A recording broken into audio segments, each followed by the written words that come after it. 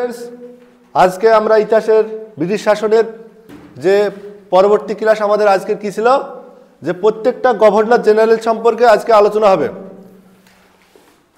এক দিন একটা ক্লাস হবে আজকের ক্লাসে আলোচনা হচ্ছে ব্রিটিশ শাসনের বাংলার যে গভর্নর ছিলেন তাদের সম্পর্কে আজকের আলোচনা আমরা করব এবং প্রত্যেকটা বিষয় কেমন ধরনের প্রশ্ন আসে সেগুলো জানার চেষ্টা করব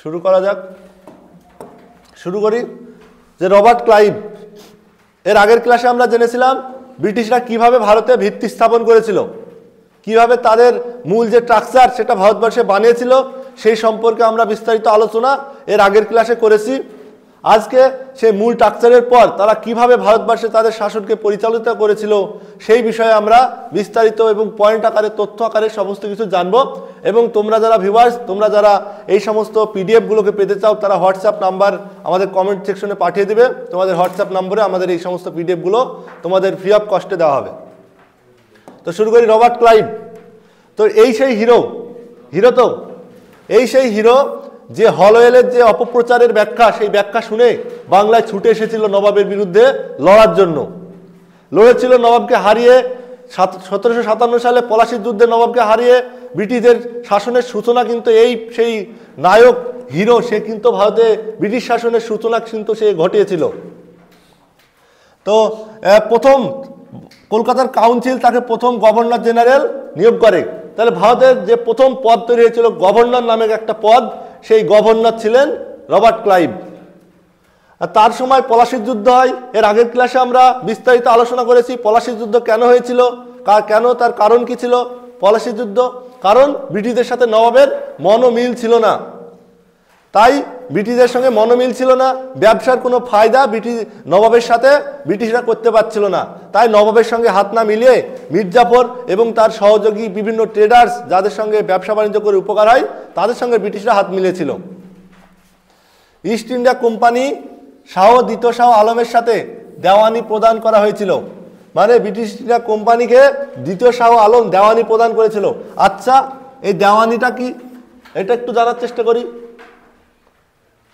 এই দেওয়ানি জিনিসটা জানার আগে আমাদের একটু ইতিহাসের প্রেক্ষাপট জানতে হবে 1765 সালের একটা প্রেক্ষাপট 1764 সালের একটা ঘটনা আমাদের জানতে হবে তো ঘটনাটা কি যখন মির্জাফর সিরাজউদ্দৌলার সঙ্গে বেঈমানি করলো দিয়ে 3 কোটি টাকার বিনিময়ে সিংহাসনে বসলো মির্জাফর কিন্তু সে তো অন্যায়ভাবে বসেছে তার জালিয়াতি কি বেশি দিন থাকবে তার তো জুলুম এটা এক ধরনের জুলুম অন্যায়ের শাসন তো বেশি দিন থাকার কথা না তো মির্জাফর যখন 3 কোটি টাকা ঐতিহাসিকরা বলে যে পলাশীর লুণ্ঠন হয়েছিল সেই লুণ্ঠনের পরিমাণ ছিল 3 কোটি টাকা এই 3 কোটি টাকা এবং 24 পরগনার বিনিময়ে মির্জাফরের যে সিংহাসনে বসলো মির্জাফরের এই সিংহাসন কিন্তু বেশি দিন টিকেনি বেঈমানি করে বসেছে তখন তার জামাই মীর কাসিম শ্বশুরকে বলছে শ্বশুর তুমি তো বেঈমানি করে বসলে বেঈমানি কাকে বলে এইবার আমি দেখাচ্ছি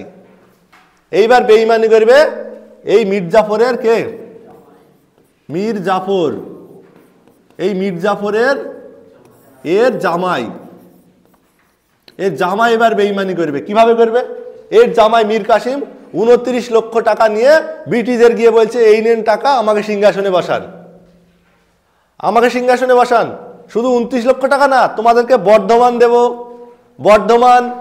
বর্ধমান দিয়ে দিল এরকম আরো কিছু জায়গা দিল মানে জায়গাও দিচ্ছে আবার 29 লক্ষ টাকা দিচ্ছে এইবার যে বেঈমানি করেছিল এও বুঝতে পারলো বেঈমানি কি জিনিস এর সঙ্গে বেঈমানি কি করলে জামাই করলো মীর কাসিম কত লক্ষ টাকা দিল 29 লক্ষ টাকা আবার ব্রিটিশদের দিয়ে বললো আমাকে সিংহাসন দাও দিয়ে মীর কাসিম সিংহাসনে বসে গেল মীর কাসিম যখন সিংহাসনে বসার পরে দেখছে যে ব্রিটিশদের দাবি দেওয়া মানে আরো কিছু চেয়ে যাচ্ছে 29 লক্ষ টাকা দিলাম বর্ধমান দিলাম তারপরেও আরো চাচ্ছে এর চাওয়া কত দূর হয় এত চাইলে তো পারা যাবে না তারপরে ট্যাক্স ফাঁকি দিচ্ছে এবার ব্রিটিশরা যখন ট্যাক্স ফাঁকি দিচ্ছে ব্যবসা করছে ট্যাক্স দিচ্ছে না তখন আরো যারা ব্যবসায়িক আছে ওরাও ট্যাক্স ফাঁকি দিতে শুরু করলো যে ওরা দিচ্ছে না আমরা কেন দিব এইবার নবাবের কোষাগারে তো টান পড়তে শুরু করলো যখন টান পড়তে শুরু করলো তখন ব্রিটিশদের সাথে ওর একটা মনোমালিন্য তৈরি হয়ে গেল।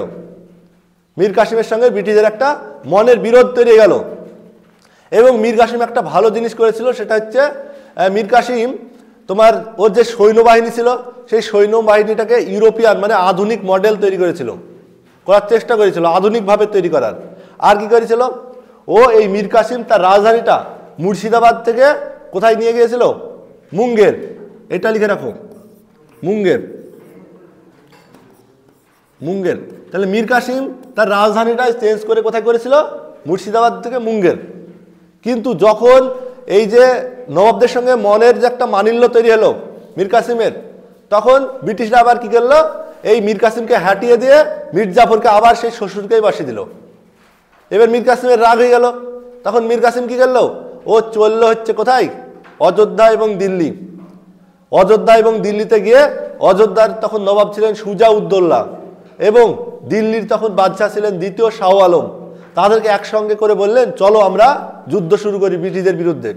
দিয়ে একজোট হয়ে একটা দল তৈরি হলো, অযোধ্যার নবাব সুজা উদ্দৌলা, দিল্লির শাসক দিল্লির মুঘল সম্রাট দ্বিতীয় শাহ আলম এবং মীর কাসিম, তিনজন একসঙ্গে হয়ে 1764 সালে একটা যুদ্ধ হয়ে গেল ব্রিটিশদের বিরুদ্ধে, সেটা হচ্ছে বক্সারের যুদ্ধ।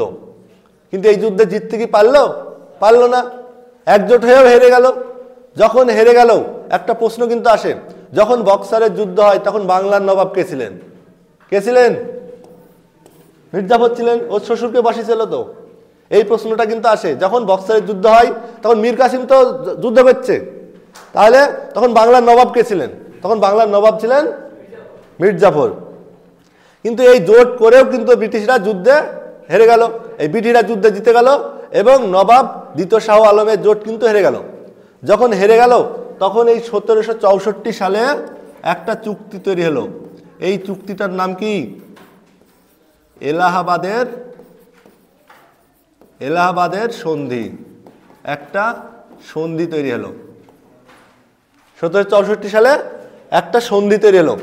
এই সন্ধিতে কি বলা হলো, যে অযোধ্যার নবাব যে সুজা উদ্দৌলা, তাকে বলা হলো তুমি তোমার নবাবী সাম্রাজ্য ফিরে পাবে, আমাদের 50 লক্ষ টাকা দিতে হবে। 50 লক্ষ টাকা। আবার তাহলে প্রথমে 3 কোটি, তারপরে 29 লক্ষ, এবার 50 লক্ষ। কার কাছে নিল, অযোধ্যার নবাবের কাছ থেকে 50 লক্ষ। আর কি, এলাহাবাদ জায়গাটা নিল। আর একটা জায়গাও দিতে হবে, শুধু টাকা দিলে হবে না, এলাহাবাদ নামক একটা যে জায়গা, সেই জায়গাটাও নিয়ে নিল। দিয়ে এই যে এলাহাবাদের যে নবাব, সে বলছে আমি তো সাম্রাজ্য তো ফিরে পাচ্ছি, পদ তো ফিরে পাচ্ছি, দিয়ে দিল 50 লক্ষ টাকা। এবার দ্বিতীয় শাহ আলমের সঙ্গে একটা চুক্তি হবে, ও তো মুঘল সম্রাট, ওর সঙ্গে চুক্তি হলো যে আপনাকে আমরা প্রতি বছর 26 লক্ষ টাকা করে ট্যাক্স দিব। ব্রিটিশরা বলল যে আমরা আপনাকে প্রতি বছর 26 লক্ষ টাকা করে ট্যাক্স দিব, তার বিনিময়ে আপনি আমাদেরকে বাংলা বিহার উড়িষ্যাটা দিয়ে দিবেন। মানে বাংলা বিহার উড়িষ্যায় যা ট্যাক্স আদায় হবে সেটা আমরা টাকা তুলব এবং ব্যবসা করব। বাংলা বিহার উড়িষ্যা এই যে 3টে জায়গা, এখানে ব্রিটিশরা কী করবে, ট্যাক্স তুলবে। এখানে নবাব বা মুঘল সম্রাটরা কোনো ক্ষমতা দেখাতে চাইবে না। এখানে ব্রিটিশরা ব্রিটিশদের মতন ব্যবসা করবে, যা ট্যাক্স আদায় হবে ওরা নিবে, যতটা তুলতে পারে ওটা নিবে, আর 26 লক্ষ টাকা করে মুঘল সম্রাটকে পাঠাবে। দ্বিতীয় শাহ আলম বলল ঠিক আছে, রাজি। কিন্তু মীর কাসিমের সঙ্গে কোনো চুক্তি হলো না, কারণ কি, ও তো নবাব নাই, ওকে তো বাদ দেওয়া হয়েছে, মীর জাফর নবাবে হয়েছে, এই জন্য মীর কাসিমের সঙ্গে কোনো চুক্তি হয়নি। তাই 1764 সালে যে সন্ধি হলো, এলাহাবাদের সন্ধি, এই সন্ধির ফলে ভারতবর্ষে সবথেকে মজবুত একটা ঘাঁটি তৈরি হয়ে গেল, সেটা হচ্ছে বাংলা বিহার উড়িষ্যা দেওয়ানি লাভ। দিয়ে 1765 সাল থেকে 1772 সাল এই পর্যন্ত চললো কোম্পানির শাসন। একটা কোম্পানি যারা ব্যবসা করে, সেই ব্যবসায়িক একটা কোম্পানির শাসন কিন্তু চললো 1765 থেকে 1772 সাল পর্যন্ত। তাহলে এই যে সন্ধি বা এই যে যুদ্ধ, বক্সারের যুদ্ধ, এই যুদ্ধটা ভারতবর্ষের ইতিহাসে মানে ব্রিটিশের সবচেয়ে মজবুত একটা ঘাঁটি তৈরি করে দিয়েছিল বাংলার বুকে, আর সেটা হচ্ছে দেওয়ানি। তাহলে দেওয়ানিটা বুঝতে পারছো, যে বাংলা বিহার উড়িষ্যা যে ট্যাক্স আদায় হবে, সেই ট্যাক্স আদায় করার ক্ষমতা ব্রিটিশের হাতে দিলেন। কে দিলেন? দ্বিতীয় শাহ আলম। 1765 সালে রবার্ট ক্লাইভ বাংলায় দৈত্য শাসন ব্যবস্থা চালু করেছিল। এখানে একটা শব্দ পেলাম, কি, দৈত্য শাসন ব্যবস্থা। এটা কি? দৈত্য শাসন ব্যবস্থাটা চলেছিল 1765 থেকে 1772। এই যে একটা company, British east India company, এই কোম্পানি তো এসছে ব্যবসা করার জন্য, এরা তো শাসন করার জন্য আসেনি যে কে মারামারি করেছে, কে কার জমি দখল করেছে এইসব বিচার করতে যাব। তো ব্রিটিশরা একটা চিন্তা ভাবনা আনলো যে ঠিক আছে, নবাব বলে তো একটা পদ আছে, ওর কাছে করা হোক কি যে এই সমস্ত আইন আদালতের বিচার নবাব করবে। কি করবে? বিচার, খুনোখুনি, মারামারি, এই সমস্ত বিচার টিচার, এই সমস্ত কার্যকলাপ কে নিয়ন্ত্রণ করবে? নবাব করবে। আমাদের কাজ হচ্ছে আমরা শুধু ট্যাক্স আদায় করব, আমরা হচ্ছে টাকা পয়সা মানে আর্থিক ব্যবস্থাটা আমরা নিয়ন্ত্রণ করব। মানে কতটা ট্যাক্স উঠবে, কোথা থেকে কোথায় ট্যাক্স উঠবে, তার কত ভাগ নবাবকে দিব, কত ভাগ ব্রিটিশদের দিব, এই ট্যাক্স আদায়ের দায়িত্বটা কাদের হাতে থাকলো? ব্রিটিশদের হাতে থাকলো। এই যে দুই রকমের শাসন ব্যবস্থা, এক রকমের শাসন ব্যবস্থা নবাবের হাতে, আর এক রকমের শাসন ব্যবস্থা কার হাতে? ব্রিটিশদের হাতে। এই যে দু রকমের শাসন ব্যবস্থা শুরু হলো, এটাকে বলা হয় দ্বৈত শাসন ব্যবস্থা। এটা কত থেকে শুরু হলো? 1765 বক্সারের যুদ্ধের পর পাকাপোক্তভাবে শুরু হয়ে গেল। 1772 সালে এসে এটা থামলো। কারণ কি? কারণ এই 1770 সালে ভারতবর্ষে এক ভয়াবহ দুর্ভিক্ষ নেমে আসলো, যাকে বলা হয় বাংলায় সালটা ছিল কত? 1176। বাংলায় সালটা ছিল 1176। এই যে 76 শব্দটার জন্য একে বলা হয় 76-এর মন্বন্তর।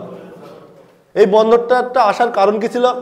কারণ এই যে সময় 1765 থেকে 72 এই সালে কোম্পানি মানে এতটা পরিমাণ ট্যাক্স, খাজনা, ট্যাক্স এইসব আদায় করেছিল, মানে এরা নিজেরা তুলতো, আবার কি করেছিল? এক ধরনের জমিদার শ্রেণী তৈরি করেছিল। মানে ওরা নিজেরা তুলতে যাবে না, ওরা একটা জমিদারকে দিয়ে দেওয়া হয়েছে একটা এলাকা, বা একটা গ্রামের মোড়লকে দিয়ে দেওয়া হয়েছে এই গ্রাম, ওই মোড়লের কাছ থেকে টাকাটা নিয়ে যাবে, আসবে মোড়লের কাছ থেকে নিবে, চলে যাবে। তাহলে ওদের খাটনিটা কম হয়ে যাবে। এবার মোড়ল কি করবে? ওরা বলে 5 টাকা নেবে, মোড়ল আর 10 টাকা বাড়ি দেবে, মোড়লের পকেটেও তো রাখতে হবে কিছু। দিয়ে এতটা পরিমাণ অত্যাচার নেমে এসেছিল যে দেশে দুর্ভিক্ষ, মানে এক ভয়াবহ দুর্ভিক্ষ, দেশের অবস্থা নাজেহাল।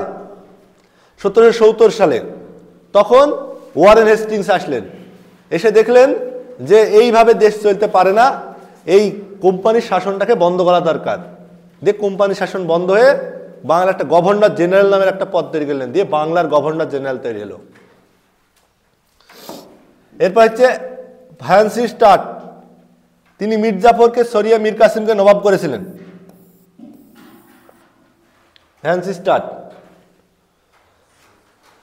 এই যে পলাশির যে বক্সারের যুদ্ধটা হয়েছিল, সেই যুদ্ধটা কিন্তু এই ফ্যান্সি স্টার্টের সময় হয়েছিল।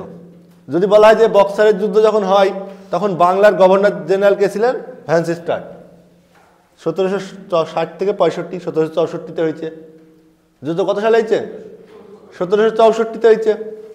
তাহলে হচ্ছে বক্সারের যুদ্ধের সময় বাংলার গভর্নর জেনারেল কে ছিলেন? Fancy start. কোম্পানির সঙ্গে বাংলার ক্ষমতাচ্যুত মীর কাসিম এবং তার মিত্রদের সঙ্গে নবাব হন সুজাউদ্দৌলা। তার মানে এবং মুঘল সম্রাট দ্বিতীয় শাহ আলম এই যুদ্ধে হেক্টর মনরোর নেতৃত্বে ইংরেজরা জয়লাভ করে। তাহলে এই যে বক্সারের যুদ্ধ হয়েছিল, বক্সারের যুদ্ধ যে হয়েছিল ব্রিটিশদের সঙ্গে এবং জোট বাহিনীর সঙ্গে, ব্রিটিশদের হয়ে নেতৃত্ব কে দিয়েছিলেন? Hectare Munro. এই হেক্টর মনরো যুদ্ধটা পরিচালনা করেছিল। তাহলে পলাশির যুদ্ধ কে পরিচালনা করেছিল? রবার্ট ক্লাইভ দিয়ে জয় এনে দিয়েছিল। আর বক্সারের যুদ্ধে কে নেতৃত্ব দিয়েছিল? Hectare Munro. হেক্টর মনরোর নেতৃত্বে বক্সারের যুদ্ধে ব্রিটিশরা কি করেছিল? জয়লাভ করেছিল। আর একটা এখান থেকে যে দুটো প্রশ্ন আসে ইম্পর্টেন্ট, সেটা হচ্ছে হেক্টর মনরো আর হচ্ছে বক্সারের যুদ্ধের সময় বাংলার গভর্নর জেনারেল কে ছিলেন? এই বাংলার গভর্নর কে ছিলেন? কে ছিলেন? Fancy start. এই দুটো প্রশ্ন ফ্যান্সি স্টার্ট থেকে ইম্পর্টেন্ট।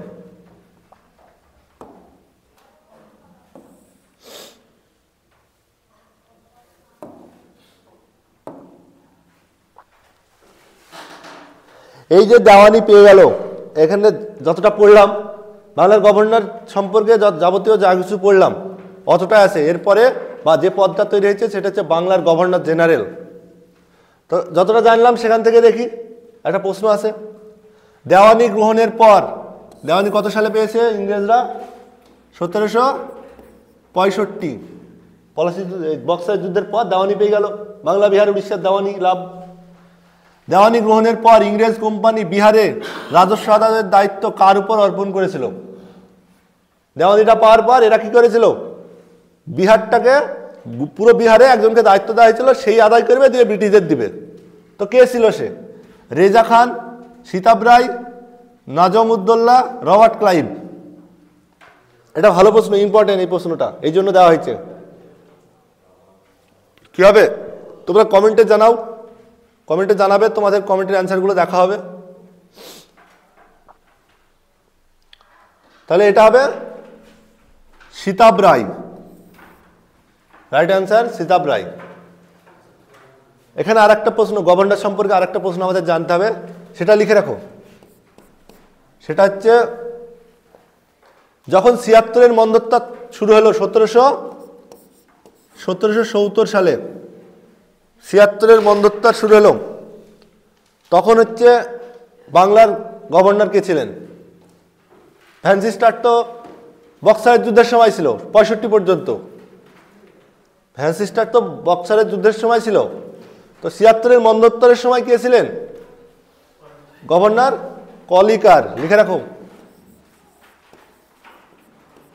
কলিকার। এই কলিকার ছিলেন বাংলার গভর্নর। কত সালে? ১৭৭০ সালে যখন বাংলায় যে দুর্ভিক্ষ শুরু হয়েছিল, ৭৬-এর মন্বন্তর, তখন বাংলার গভর্নর ছিলেন কলিকার। এটা লিখে রাখো, এটা ভালো প্রশ্ন।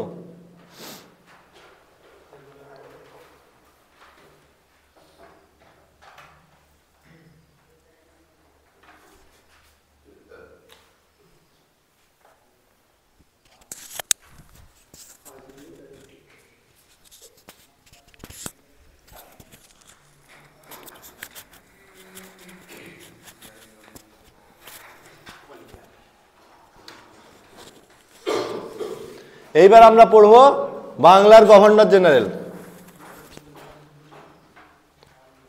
একটা জলের বোতল, একটা জল এনে দাও তোকে একটু।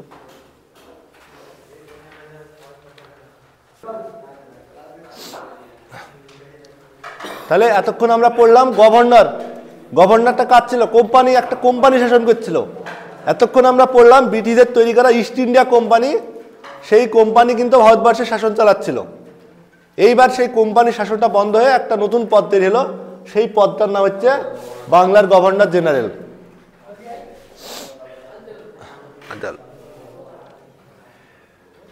নোট করছো তো সবাই?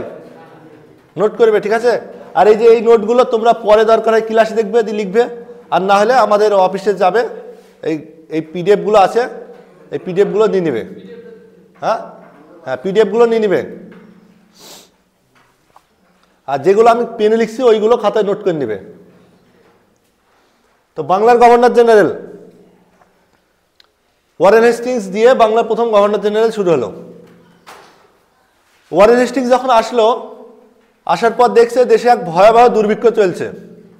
ইস্ট ইন্ডিয়া কোম্পানি যেমন তেমন হারে ট্যাক্স আদায় করছে, যেমন যত খুশি হারে যত পারা যায় তত tax British east India company তুলছে।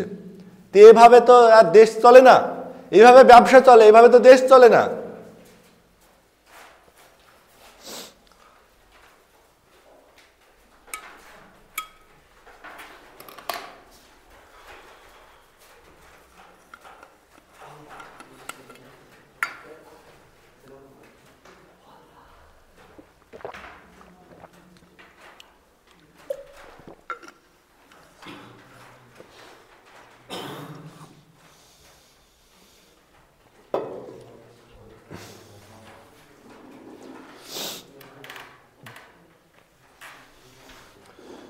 তো কোথায় ছিলাম? Warren Hastings. ওয়ারেন হেস্টিংস এসে দেখলেন যে এইভাবে তো দেশ চলে না, ব্যবসা চলে। তো ওয়ারেন হেস্টিংস আসার পরে তিনি করলেন কি, যে একটা আইন পাশ করলেন। সেটা সালটা হচ্ছে ১৭৭৩। আইনটার নাম কি? Regulating act. Regulating act. এই একটা আইন তৈরি করলেন, এটার নাম হচ্ছে রেগুলেটিং অ্যাক্ট। এই আইনটা কি হবে? এই আইন অনুযায়ী ভারতবর্ষে বাংলায় একটা গভর্নর জেনারেল বলে একটা পদ তৈরি করা হলো। এই আইনে কি বলা হলো? যে একটা গভর্নর জেনারেল বলে একটা পদ তৈরি করা হবে। গভর্নর জেনারেল বলে একটা পদ তৈরি করা হবে এবং সেই পদের যে থাকবে তার কর্তৃত্ব গোটা বাংলাকে মেনে চলতে হবে। মানে সকল অফিসার সকল কর্মচারী সবাইকে এই গভর্নর জেনারেলের অর্ডার আদেশ মেনে চলতে হবে। আর আর কি বলা হলো, কলকাতায় সুপ্রিম কোর্ট প্রতিষ্ঠা করা হবে। সুপ্রিম কোর্ট সে শাসন ব্যবস্থাটা দেখবে, বিচার ব্যবস্থা সে দেখবে সুপ্রিম কোর্ট। তাহলে কি হলো, রেগুলেটিং অ্যাক্ট অনুসারে কলকাতায় সুপ্রিম কোর্ট তৈরি করা হলো এবং সুপ্রিম কোর্টের প্রথম বিচারপতি হলেন কে কে স্যার এলিজা এম। অ্যান্সারটা জোরে বলবে, ঠিক আছে? Sir Elijah Impey. এই রেগুলেটিং অ্যাক্ট অনুযায়ী সেই কলকাতা সুপ্রিম কোর্টের প্রথম বিচারপতি তিনি হয়ে গেলেন। আর কি করলো, গভর্নর জেনারেল হওয়ার পর ওয়ারেন হেস্টিংস কি করলেন, এই আইন অনুসারে দ্বৈত শাসন ব্যবস্থা উঠিয়ে দিল। মানে দেওয়ানি এবং বিচার এই দুটো ক্ষমতায় ব্রিটিশদের হাতে নিয়ে নিল। এর আগে এই যে রেগুলেটিং অ্যাক্ট, এই অ্যাক্ট পাশ হওয়ার আগে বিচার করার ক্ষমতা কার হাতে ছিল? নবাবের হাতে ছিল। আর অর্থনৈতিক ব্যবস্থা ছিল ব্রিটিশদের হাতে। তো ওয়ারেন হেস্টিংস এই রেগুলেটিং অ্যাক্ট পাশ করার পর দুটো ব্যবস্থা, অর্থাৎ বিচার করার ব্যবস্থা এবং অর্থনৈতিক ব্যবস্থা, এই দুটো ব্যবস্থাই ব্রিটিশদের হাতে নিয়ে নেওয়া হলো। আর কি করা হলো, এই রেগুলেটিং অ্যাক্ট অনুযায়ী 4 জন নিয়ে একটা কাউন্সিল তৈরি করা হলো। কতজন? 4 জন নিয়ে একটা কাউন্সিল তৈরি করা হলো। কাউন্সিল তৈরি করা হয় 4 জন নিয়ে। এই 4 জন কাউন্সিল কি করবে, এরা গভর্নরকে হেল্প করবে। গভর্নরের সহযোগী একটা কাউন্সিল, একজন থাকবে গভর্নর জেনারেল আর 4 জন থাকবে ওর সহযোগী। তারা সেই গভর্নরকে সাহায্য করবে, সহযোগিতা করবে। তাহলে রেগুলেটিং অ্যাক্ট অনুসারে 1 নম্বর গভর্নর জেনারেল পদ তৈরি করা হলো। 2 কলকাতায় সুপ্রিম কোর্ট প্রতিষ্ঠা করা হলো। 3 গভর্নর জেনারেলের সঙ্গে 4 জন সহযোগী তৈরি করা হলো, তারা গভর্নর জেনারেলকে সাহায্য করবে। আর 5 হচ্ছে এই গভর্নর জেনারেল যে পদটা তৈরি করা হলো এর কর্তৃত্ব সবাইকে মেনে চলতে হবে। আর কি করা হলো, আর যে দ্বৈত শাসন ব্যবস্থা যেটা ছিল, অর্থাৎ অর্থনৈতিক ব্যবস্থা ব্রিটিশদের হাতে এবং বিচার ব্যবস্থা ছিল নবাবের হাতে, সেই দুটো ব্যবস্থাকেই ব্রিটিশদের হাতে নিয়ে নেওয়া হলো এই দ্বৈত শাসন ব্যবস্থার মাধ্যমে, এই রেগুলেটিং অ্যাক্টের মাধ্যমে। তাহলে রেগুলেটিং অ্যাক্ট 1773 সালে পাশ হয়েছিল, এটা লিখে রাখো খাতায়। তো তিনি ছিলেন বাংলার শেষ গভর্নর, বুঝতে পারছো? বাংলার শেষ গভর্নর এবং বাংলার প্রথম গভর্নর জেনারেল। এর আগে যে আমরা গভর্নর পড়লাম সেই গভর্নর ছিলেন শেষ এবং বাংলার প্রথম গভর্নর জেনারেল। 1772 সালে সে একটা দ্বৈত শাসন ব্যবস্থা কি করলো, বাতিল করলো।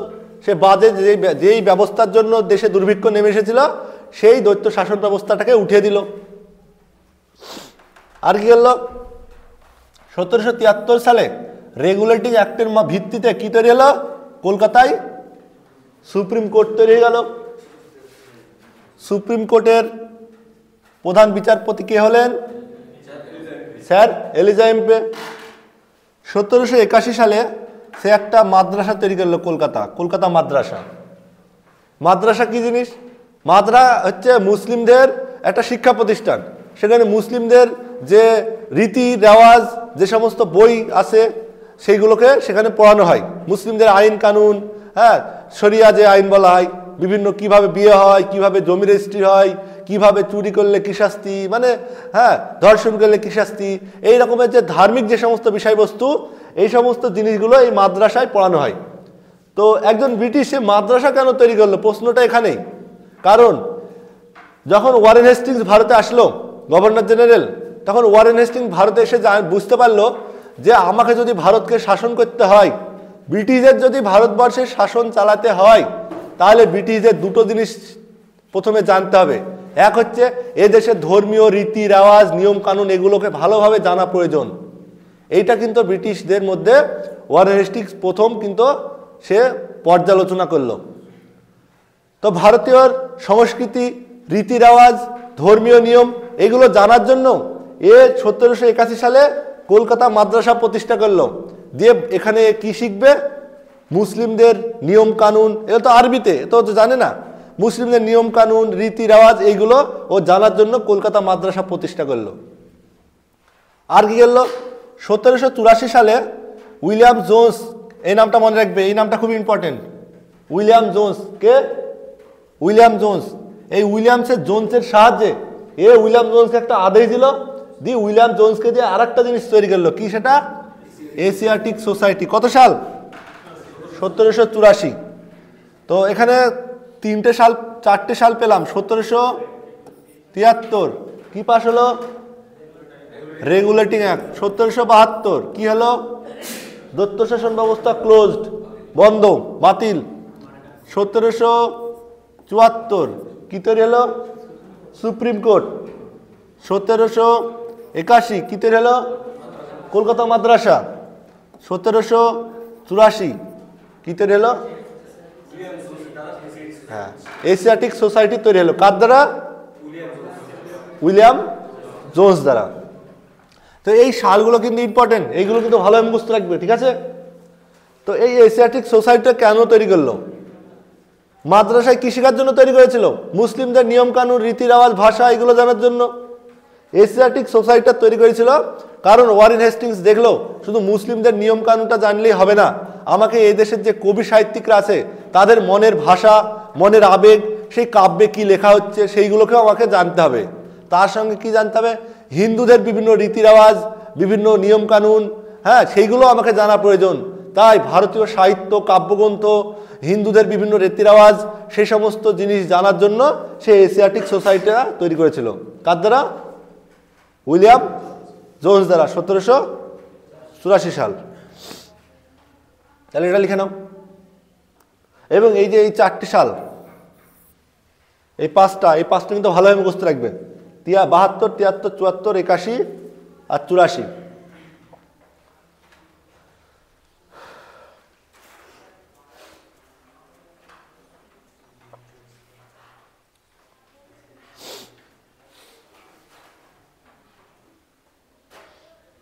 হয়েছে?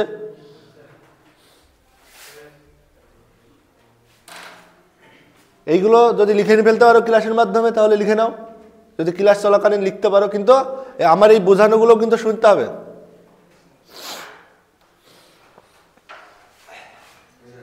হয়েছে তো? কমপ্লিট সবার?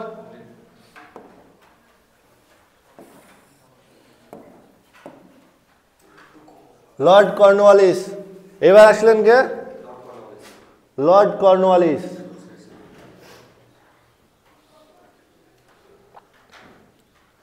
লর্ড কর্নওয়ালিস কত? 1786 থেকে 93। এদের সম্পর্কে অনেক তথ্য আছে, কিন্তু যেগুলো দেওয়া আছে সেগুলো একদম ইম্পর্টেন্ট গুলো দেওয়া আছে, ইম্পর্টেন্ট গুলো কিন্তু দেওয়া আছে। তো তিনি 1793 সালে বাংলায় চিরস্থায়ী বন্দোবস্ত প্রবর্তন করেন। আর একটা সাল পেয়ে গেলাম, কত? 1793। এই যে একটা সাল পেয়ে গেলাম, এই সালটাও কিন্তু খুব ইম্পর্টেন্ট।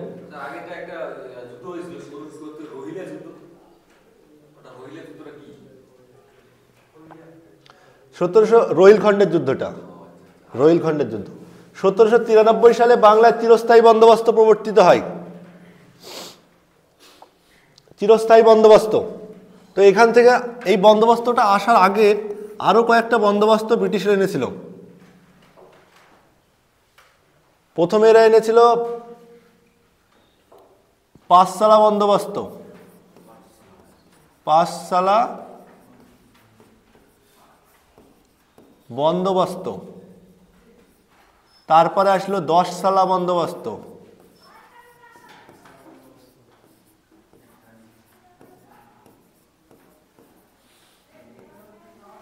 তারপরে হলো চিরস্থায়ী।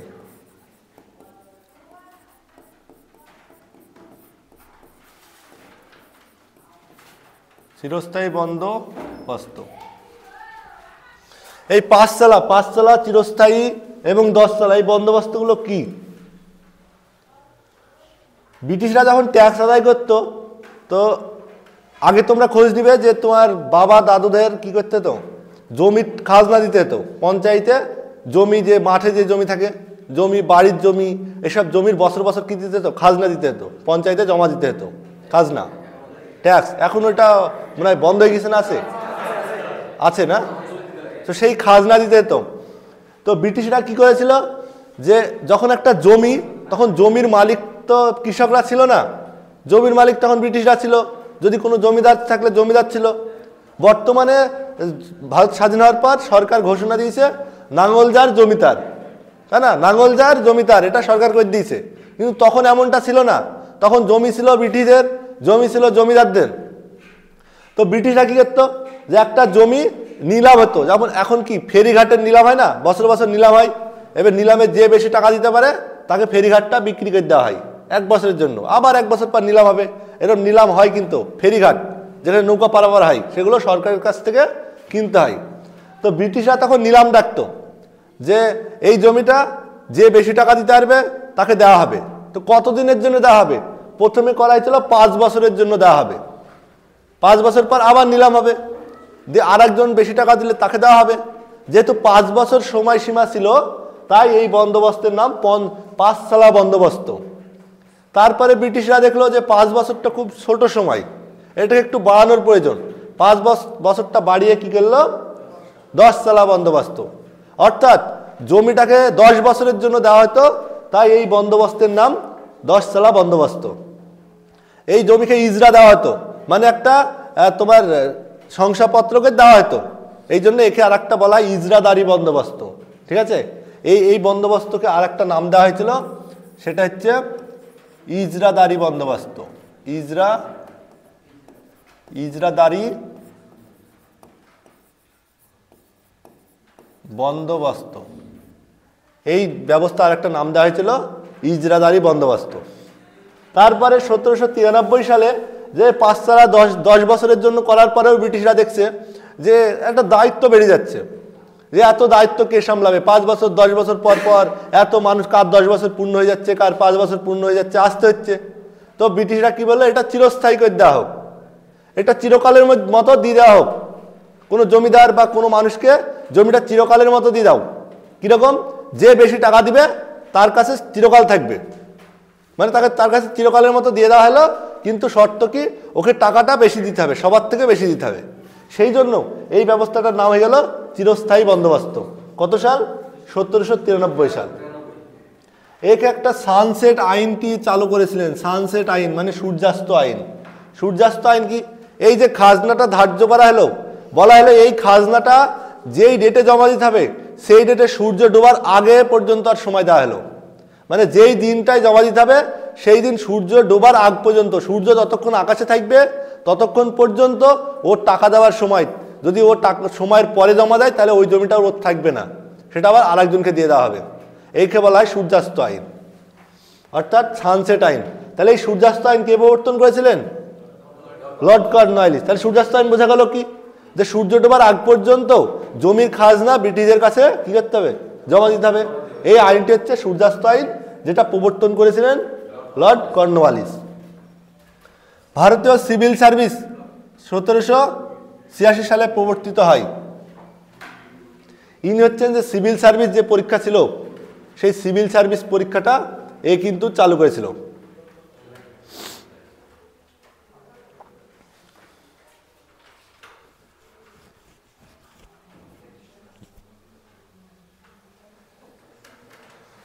আর তাকে father of Indian civil service বলা হয়। ভারতীয় সিভিল সার্ভিসের জনক বলা হয় এই কারণে। ভারতীয় ইন্ডিয়ান সিভিল সার্ভিসের জনক কাকে বলা হয়? Lord Cornwallis. কারণ এই প্রথম ভারতে সিভিল সার্ভিস পরীক্ষা চালু করেছিল। কত সাল? 1786 সাল।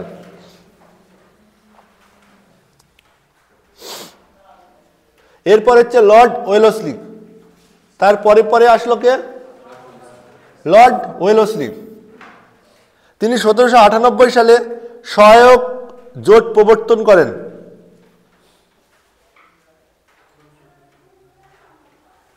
মানে এটা হচ্ছে একটা নীতি ছিল। লর্ড ওয়েলসলি একটা নীতি তৈরি করেছিলেন। নীতিটার নাম কি ছিল? নীতিটার নাম ছিল অধীনতা মূলক মিত্রতার নীতি। অধীনতামূলক মিত্রতার নীতি। এই নীতিটা তৈরি করেছিলেন কে? Lord Wellesley. কত সালে? 1798 সাল। 1798 সালে লর্ড ওয়েলেসলি একটা নীতি তৈরি করেছিল, অধীনতামূলক মিত্রতার নীতি। এই নীতিটা কি জানা আছে? এই নীতিটা কি কারো জানা আছে? 1798 এই সালটা আর এই সালটা লর্ড কর্নওয়ালিসের এই একটা সাল আর লর্ড ওয়েলেসলির এই একটা সাল খুব ইম্পর্টেন্ট, একদম মুখস্থ রাখতেই হবে এই দুটো সাল, এতটা ইম্পর্টেন্ট। তো অধীনতামূলক মিত্রতার নীতি জানা আছে কি? বলো তো, বলো তো এই নীতিটা কি?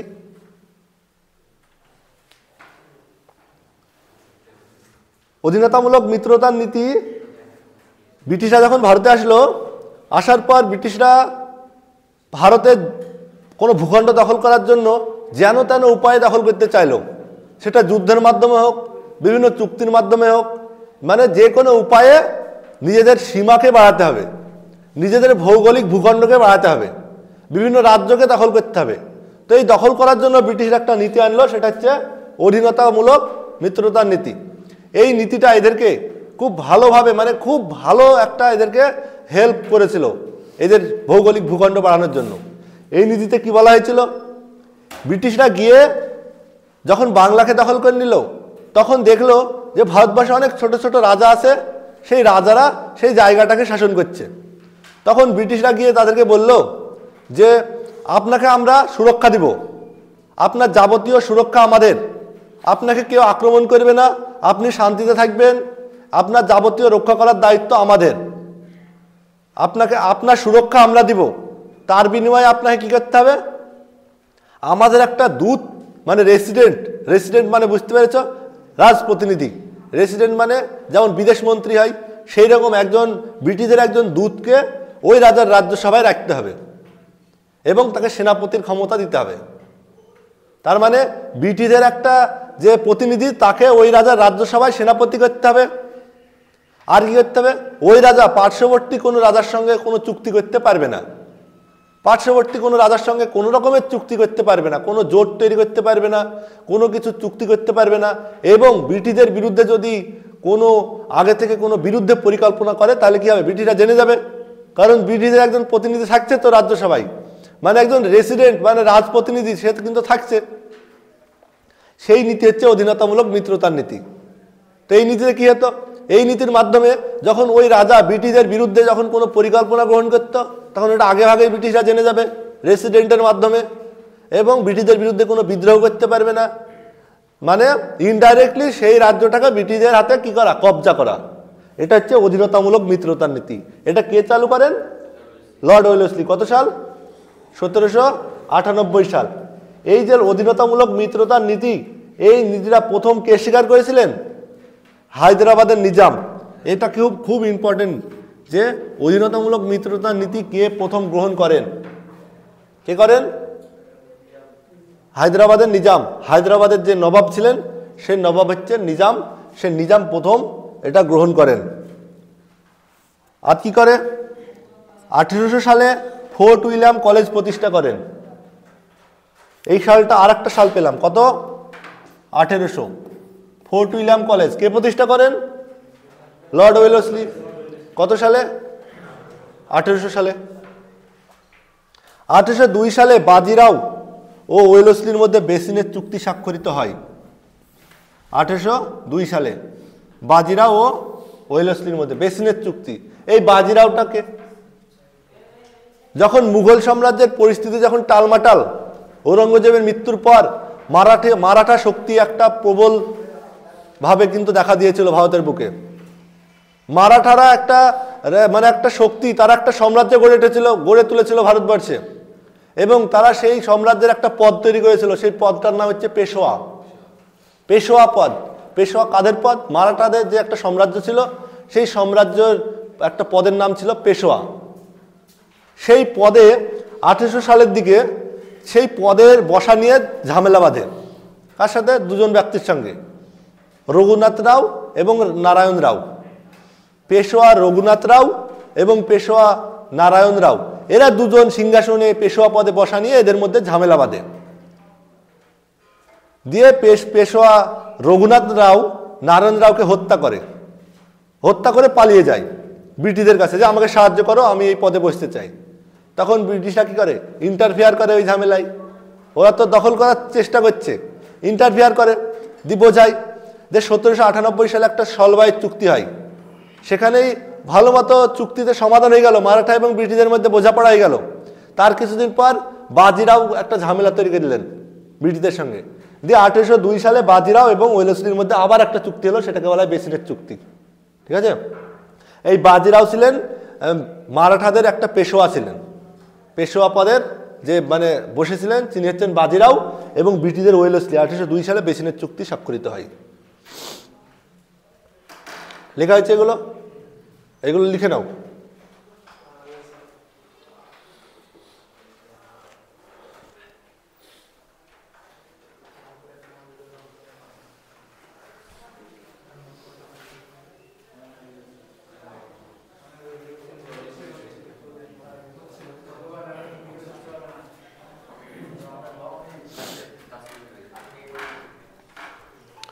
এরপরে দেখি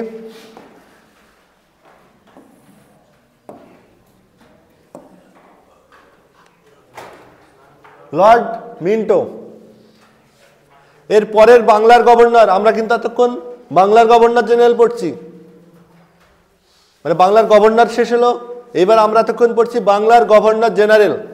এর পরবর্তী বাংলার গভর্নর জেনারেল হচ্ছে লর্ড মিন্টো। এ ভারতবর্ষে এসে প্রথম একটা ভালো ভারতীয়দের জন্য একটা ভালো পরিকল্পনা গ্রহণ করলো। পরিকল্পনাটা কি, 1813 সালে একটা চার্টার অ্যাক্ট পাস হলো। সেই পাশে বলা হলো ভারতীয়দের জন্য শিক্ষার জন্য প্রতি বছরে 1 লাখ টাকা করে মঞ্জুর করা হয়েছে। মানে প্রতি বছর এই প্রথম শিক্ষার জন্য টাকা ব্যয় করা হবে। কত টাকা? 1 লক্ষ টাকা। প্রতি বছর 1 লক্ষ টাকা শিক্ষার জন্য ব্যয় করা হবে। তো ব্রিটিশরা একটা ভালো পরিকল্পনা ওরা কেন নিল? ওরা কিছু করার পিছনে নিশ্চয় ওদের সুবিধা আছে, নাহলে তো নিবে না। কোনো সুবিধা ফায়দা না থাকলে তো ওরা ভালো এই কাজটা করবে না, ওরা তো চায় না করতে। কেন নিয়েছিল? কারণ ব্রিটিশরা যেসব কর্মচারীদের প্রথমে নিয়ে আসতো ওদেরকে ইংল্যান্ড থেকে আনতে হতো। এবার ইংল্যান্ড থেকে যারা আসবে ওরা তো মাইনে বেশি নিবে, এতে ব্রিটিশদের কী হতো, খরচাটা বেশি পড়তো। তো ব্রিটিশরা দেখলো যে ব্রিটিশদেরকে মানে ব্রিটেন থেকে যদি কর্মচারী না এনে ভারতে যদি কিছু শিক্ষিত মধ্যবিত্ত মানুষদের যদি আমরা ইংরেজি দিয়ে একটু শিক্ষিত করতে পারি, যে কর্মচারীটা বানাতে পারি, তাহলে আমাদের অল্প মাইনে দিলে হয়ে যাবে। এরা অল্প মাইনেতে কাজ করার লোক, সেই জন্য এরা কী করলো, যে কিছু টাকা ব্যয় করি, কিছু কিছু মানুষকে আমরা শিক্ষিত করি, দিয়ে আমাদের কাজটা করিয়ে নিই, তাহলে আমাদের অল্প মাইনে খরচে হয়ে যাবে। সেই চিন্তাভাবনার জন্য এরা সিদ্ধান্ত নিল যে প্রতি বছর আমরা ভারতের শিক্ষার জন্য 1 লাখ টাকা করে মঞ্জুর করব।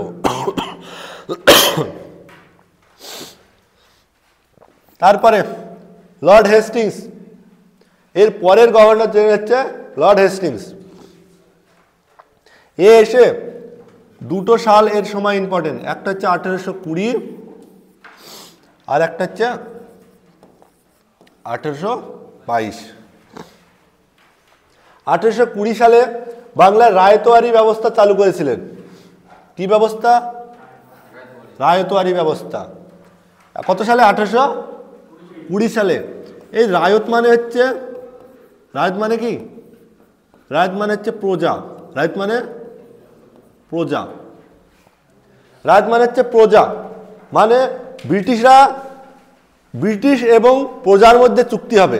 কার মধ্যে? ব্রিটিশ এবং প্রজা, মানে একটা জমি একটা প্রজাকে দেওয়া হবে, মানে জনগণকে দেওয়া হবে। জনগণ ডাইরেক্ট কাকে ট্যাক্স দিবে? ব্রিটিশদের ট্যাক্স দিবে।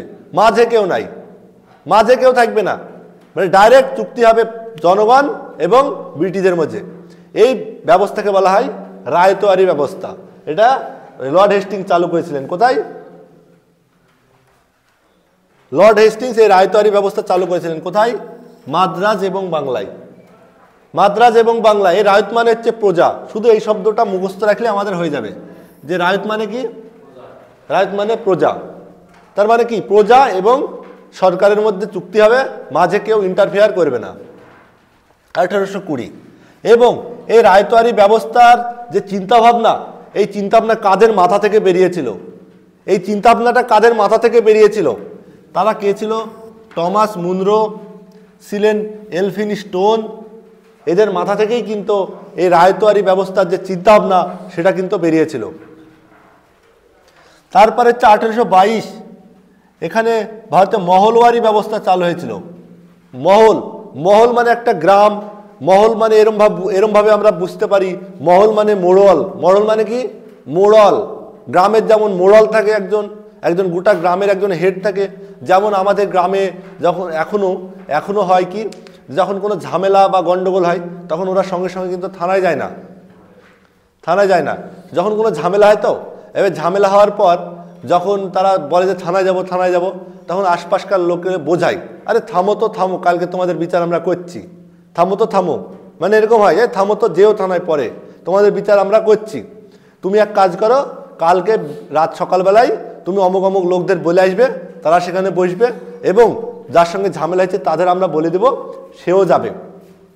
এবার গ্রামের যারা বড় বড় লোকজন, যারা নেতৃত্ব স্থানীয় ব্যক্তি, যাদেরকে সম্মান করে, শুধু রাজনৈতিক দিকভাবে না, এমনি ব্যক্তিগতভাবেই সম্মান করে, মানে দেশের মানে গ্রামের সামাজিক কাজকর্ম করে, সবার সঙ্গে মিলেমিশ করে। রাজনীতি আলাদা ব্যাপার, রাজনীতিতেও করে, তো সে তো করবেই, তো নবে তো বড় মানুষ রাজনীতির সঙ্গে তো যুক্ত থাকবেই। তো সেই মানুষদের ডাকা হয়, দিয়ে বিচার করা হয়। তো সেই বিচার ব্যবস্থা আগে খুব ছিল, এখনও আছে, কিন্তু এখন সবার টাকাটা বাড়ছে, গায়ের গরমটা বাড়ছে। তো সেই বিচারে কি হয়, যখন সেই গ্রামের যে বিচার হয়, বিচারের পর দুজনের অভিযোগ শোনা হয়। এবার যদি কারোর গুরুতর অভিযোগ থাকে, দেখালে একজনকে মেরে হাত ভেঙে দিয়েছে, মারামারি হয়েছে, কিন্তু ও মেরেছে, কিন্তু এর হাতটা তো ভেঙে দিয়েছে, কিন্তু ওর কিছু হয়নি। যদি দুজনের হাত ভাঙে তাহলে দুজন তো শোধবোধ, কিন্তু যখন একজনের হাত ভেঙে যায় তখন আরেকজনের কিছু হয়নি, তাহলে যার হাত ভেঙেছে সে অসহায় হয়েছে, তখন ওকে বলা হয় তুমি একে কিছুটা সাহায্য করবে, সেটা টাকা দিয়ে হোক বা কোনো কিছু দিয়ে হোক সাহায্য করবে। এটা গ্রামের পক্ষ থেকেই বলা হয়। সে তখন বলে আমি ও তখন রাজি হয়, ঠিক আছে আমি দিয়ে দেবো। তখন এ বলে যে আমার লাগবে না, ও দিব বলেছে, এটুকুই আমার কাছে অনেক। এরকম হয় বিচার, আমি এখনো বলছি। টাকা কি হবে, আমাকে বলেছে। তারপরে বলা হয় কি, যে তোমরা যাও দুজনের হাত ধরো, দুজনের হাত ধরবে, বলবে যে ভাই ভুল হয়ে গেছে, ও বলবে যে আমার করা ঠিক হয়নি। তো সেই জিনিসটা এখনো আছে, গ্রামে এখনো আছে। তবে কিছু মানুষ এখন কি হচ্ছে, টাকা হচ্ছে, উগ্র হচ্ছে, যে আমি কেন ওর হাত ধরতে যাব, কেন ওর সঙ্গে মিল করবো, যাই থানায় যাই, কোর্টে যাই। কিন্তু থানায় কোর্ট গিয়ে তো কিছু হয় না, এও কেস করবে, ও কেস করবে, কেস তো সত্য না, এও মিথ্যা কেস করবে, ও মিথ্যা কেস করবে, দুজনের কেস চলবে এবং তোমার উকিলে চালাবে, কেসে কিছু হয় না। কিন্তু যদি গ্রামের মানুষজন ডেকে যদি সমাধান করো, তাহলে কিন্তু সঙ্গে সঙ্গে মীমাংসা হয়ে যাবে। তো সেই এই মহলওয়ারি থেকে এত দূর আসলাম। সেই মহল মানে মোড়ল, অর্থাৎ ব্রিটিশ এবং প্রজার মাঝে একজন থাকবে। সেটা হয় জমিদার, হয় কোনো গ্রামের মোড়ল, এরকম কেউ একটা থাকবে। কোনো জমিদারকে দেওয়া হবে যে এই 50 বিঘা জমি কি এই 100 বিঘা জমির দায়িত্ব তোমার, তুমি কি করবা কি না করবা সেটা আমরা জানি না, তোমার কাছ থেকে আমরা এত টাকা ট্যাক্স নিব। তার মানে কি, জনগণ এবং সরকার, ব্রিটিশদের মাঝে একজন থাকবে, ইন্টারফেয়ার করবে, সেটা হয় কোনো মোড়ল বা কোনো জমিদার কেউ একটা থাকবে। সেটা হচ্ছে এই মহলওয়ারি ব্যবস্থা 1822 সালে। কি মহলওয়ারি ব্যবস্থা, এটা হচ্ছে সেই মহলওয়ারি ব্যবস্থা। সেটা কত সাল? 1822 সাল। এটা কার মাথা থেকে এসেছিল? হোল্ট ম্যাকেনজি। এখানে আমি দুটো নাম ভালোভাবে আমার মানে ইম্পর্টেন্ট মনে হচ্ছে, টমাস মুনরো, হোল্ট ম্যাকেনজি মাথা থেকে কোনটা বেরিয়েছিল? মহলওয়ারি। হোল্ট ম্যাকেনজির মাথা থেকে মহলওয়ারি, আর টমাস মুনরোর মাথা থেকে রায়তওয়ারি। মনে থাকবে এই দুটো। এই দুই বন্দোবস্ত কে করেছিলেন? লর্ড হেস্টিংস, 1820 1822, 2 বছরের গ্যাপ। ভালোভাবে মুখস্থ রাখবে, ঠিক আছে? এই প্রশ্নটা বেশি আছে, হোল্ট ম্যাকেনজি টমাস মুনরো, এটা ভালোভাবে মুখস্থ রাখবে।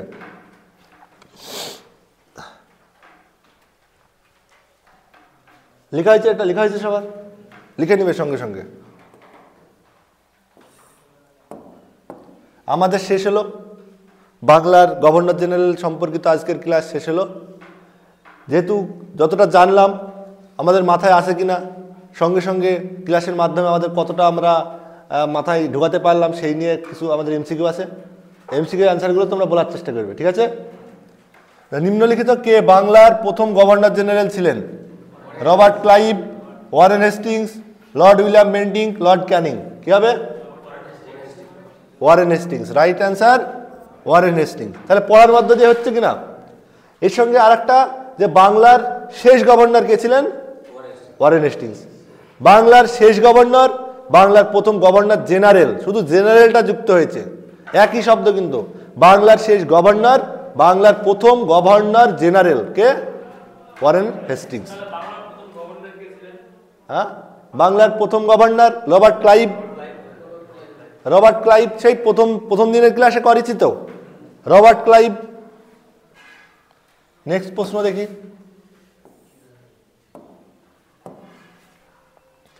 মহলওয়ারি বন্দোবস্তের মূল স্থপতিকার কে ছিলেন?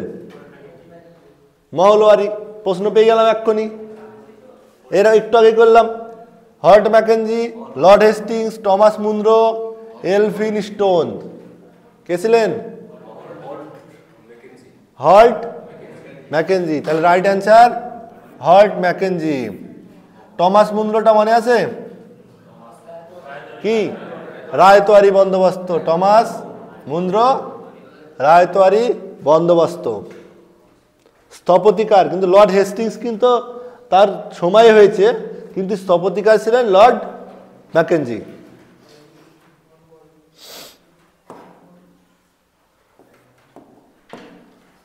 তাহলে আরেকটা, যে কত সালে অধীনতামূলক মিত্রতার নীতি প্রবর্তিত হয়?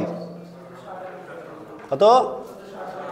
1798। তাহলে পেলে তো 1898, 1798, 1795, 1797। তাহলে হবে 1700। রাইট অ্যান্সার 1798, এটা হবে অ্যান্সার। তো কত সালে হয় 1798? কার সময় হয়?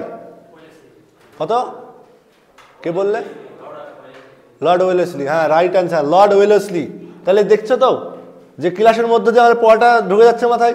লর্ড ওয়েলেসলির সময় অধীনতামূলক মিত্রতার নীতি প্রবর্তিত হয়। এই নীতি কি ছিল? একজন রেসিডেন্ট দূত ওনার একটা রাজ্যে থাকবে এবং সেই রাজ্যে সুরক্ষা দেওয়ার দায়িত্ব হবে, মানে ইনডাইরেক্টলি সেই রাজ্যকে দখল করা। একটা মিত্রতা অধীনতামূলক মিত্রতা। এই যে বন্ধুত্ব আছে, অধীনতা মানে দখল করার যে একটা মিত্রতা, সেই মিত্রতা দিয়েই কিন্তু এই অধীনতামূলকটা তৈরি হয়েছে।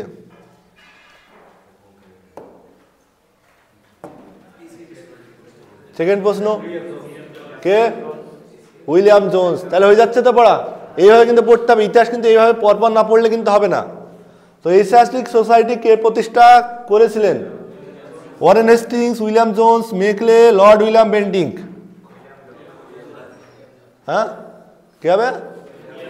William Jones. রাইট অ্যান্সার একদম ঠিক হয়েছে, উইলিয়াম জোন্স।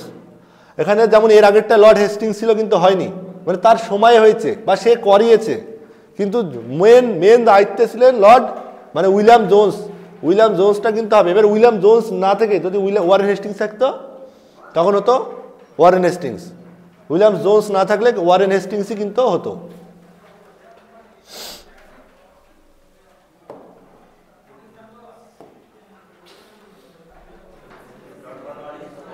কে হবে? হ্যাঁ, লর্ড কর্নওয়ালিস। তাহলে নিম্নলিখিত কে সিভিল সার্ভিস পরীক্ষার জনক, মানে ফাদার অফ সিভিল সার্ভিস, তাই তো? সিভিল সার্ভিস পরীক্ষার জনক কে ছিলেন? Warren Hastings, lord Cornwallis, Dalhousie, John Shore. তাহলে কি হবে? Lord Cornwallis. Right answer. সবাই বলার চেষ্টা করবে।